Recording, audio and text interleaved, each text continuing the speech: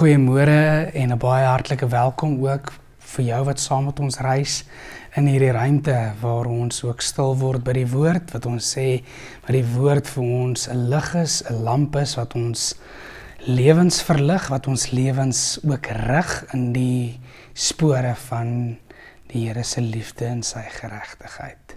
Psalm 32 wat ook ons rigsnoer en ons lig gaan wees in hierdie week wat kom. 'n Gedig wat Dawid skryf.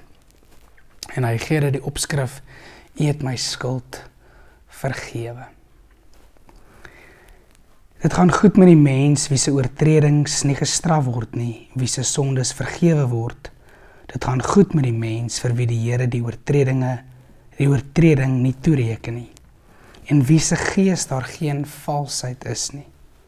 Toe ek oor my sonde geswyg het, het my liggaam uitgeteer, soos ek heeldag om hulp geroep het. U hand het dag en nag swaar op my gedruk, my krag het opgedroog. Soos water in somerhitte, toe het ek my sonde bely, my oortredinge nie weggesteek nie. Ek het gesê, voor die Here bely ek my opstandigheid, en U het my skuld vergewe.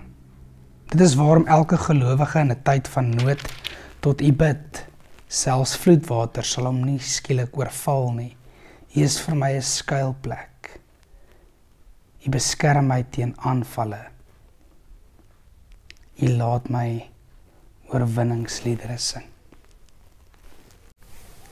Terwyl jy met hierdie teksgedeelte besig was, wat het in jou verander?